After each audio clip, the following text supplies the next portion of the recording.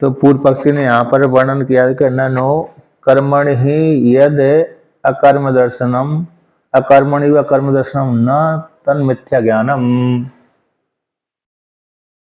तो जो वृत्तिकार रूप पूर्व पक्षी है, कहते कर्म जो अकर्म दर्शन, यानी कर्म कर्म है, कर्म किया जा रहा है, उसमें जो अकर्म दर्शन कर लिया, और अकर्म जो कर्म दर्शन है वो मिथ्या ज्ञान नहीं है। पर क्या है, कोई व्यक्ति कर्म कर रहा है लेकिन कर्म में उसने क्या देख लिया, एक कर्म फल ना होने से, फल की प्राप्ति ना होने से उसमें उसने क्या ध्यान दिया, अकर्म है।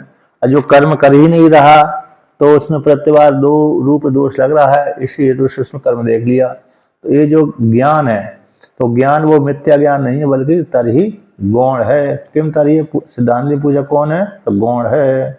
जैसे सिंगो देवदत्त, एक वाक्य आता है देवदत्त कैसा शेर है, तो देवदत्त तो शेर नहीं है, किंतु शेर में जैसे क्रूरत्व रहता है, हिंसात्व रहता है और अन्य अन्य रहता है, फुर्तीला आदि रहता है, उसी प्रकार से देवदत्त में भी वो लक्षण पाए जाते हैं। इसलिए जैसे वहां पर गौण का प्रयोग कर दिया जाता है, प्रधानता तो नहीं, प्रधानता तो शेर में ही है कि शेर ही अरे खाता है, क्रूरत्व तो है ही उसमें, लेकिन मार करके खा जाता है, मांसाहारी होता है शेर।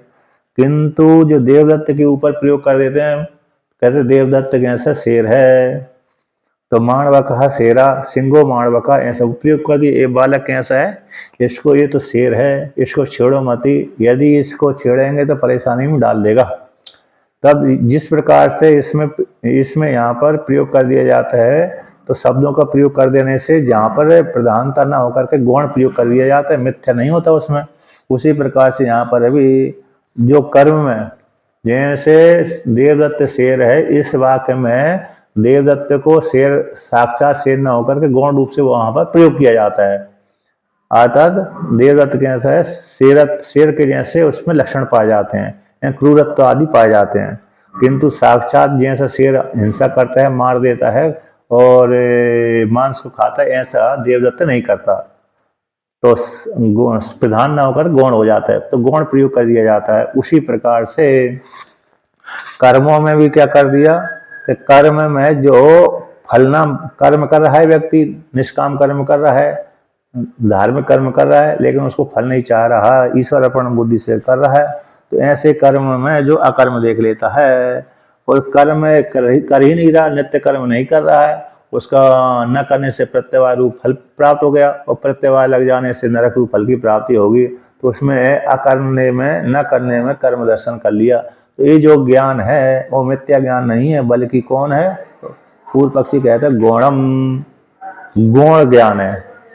तो गौण होने से फल अभाव, फल के अभाव, फल भाव के अभाव को निमित्त लेकर के, अतः गौण जो ज्ञान है फल भाव नहीं है, फल भाव का अभाव को लेकर के फल की प्राप्ति नहीं हो रही, इस हेतु से वो गौण ज्ञान है। अब गौण ज्ञान से क्या हो जाता है, तो गौण ज्ञान से भी क्या हो जाएगा, इस ज्ञान से अशुभ संसार निवृत्ति हो जाए, ऐसा पूर्व पक्षी का कहना है। तो सिद्धांति का कहना ना, ऐसी बात नहीं है।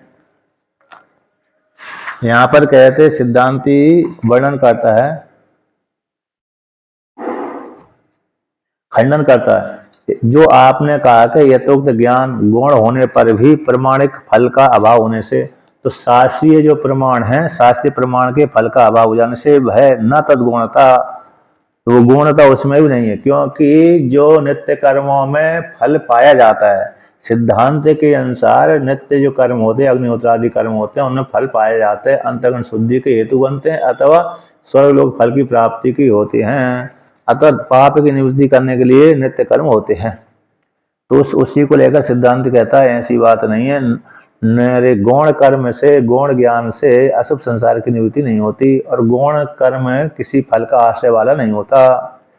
कर्म अकर्म विज्ञानाद गौणात, कर्म अकर्म विज्ञानाद अपि गौणात फलस्य आश्रवणात। कहते हैं जो कर्म कर्म में अकर्म दर्शन, अकर्म में कर्म दर्शन रूप विज्ञान रूप जो गौण विज्ञान है, वो उस विज्ञान से फल का श्रवण नहीं होता। गौण विज्ञान से फल का श्रवण नहीं होता। अरे गौण के द्वारा अशुभ संसार की निवृत्ति हो जाए, ऐसा संभव नहीं है, बल्कि आत्मा के ज्ञान से ही अशुभ संसार की निवृत्ति होती है। और कहते हैं, अब पुनः और कहते हैं कि कर्म अकर्म इत्यादि, कर्म अकर्म, अकर्म जो कर्म देखना इत्यादि गुण विज्ञान के उपन्यास से नित्य कर्मों का कर्तव्य रूप से विवक्षा की जाती है। विवक्षा हो जाने से तो गुण ज्ञान का अपलत्व, जो गुण ज्ञान का जो अफल है उसको खंडन करते हैं। गुण ज्ञान का अफलत्व दोष का हेतु नहीं, ऐसी आशंका को लेकर कहते हैं कि नापी, नापी मतलब नापी श्रुति हानि अश्रुति कल्पनाया कश्चित विशेषो लभ्यते।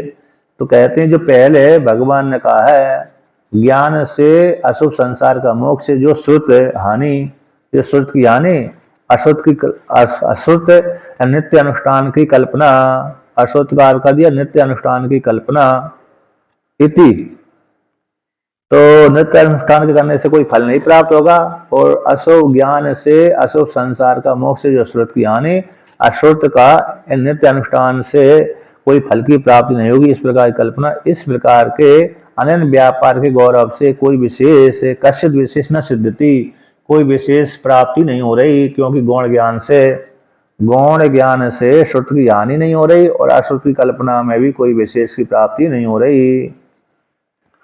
तो इस प्रकार से तो अर्थात नित्य कर्मों से, कहते नित्य कर्म से अशुभ संसार की निवृत्ति नहीं होती। नित्य कर्म जो कर रहे हैं, पूर्व पक्षी मानता है कि नित्य कर्मों से अशुभ संसार निवृत्ति हो जाए, ऐसा संभव नहीं है। और दूसरी बात है, कहते हैं उक्त वाक्य को ही यहाँ पर विस्तार पूर्वक वर्णन करते हैं। कहते सो शब्देन अपि शक्यम वक्तुम नित्य कर्मणाम फलम न अस्ति अकरणाच्च तेषाम नरकपात स्यात्। और कहते हैं यदि सो शब्देन, इन वाचक शब्द के द्वारा, सो यानी भगवान के सो शब्द के द्वारा, भगवान भी ऐसा नहीं कह सकते, भगवान भी ऐसा नहीं कह सकते कि भगवान के पहले तो कर्मों से, नित्य कर्मों से करना चाहिए, पहले तो वर्णन कर दी कर्मण्यवाधिकारस्ते, इस वाक्य के द्वारा कर्म करना चाहिए, कर्म करने में अधिकार है, ऐसा भगवान श्री कृष्ण ने अर्जुन से उपदेश कर दिया। अब यहाँ पर कहते हैं नित्य कर्म करो, और नित्य कर्म करने से तुमको कोई ज्ञान फल की प्राप्ति होगी नहीं, और नहीं करोगे तो पाप रूप फल की प्राप्ति हो जाएगी। तो ऐसा जो भगवान का वाक्य है, तो कहते हैं स्व शब्द के द्वारा, अपने शब्दों के माध्यम से अरे सत्यम कहने के लिए, वक्तुमेन कहने के लिए समर्थ, सत्यम सत्य, सत्यम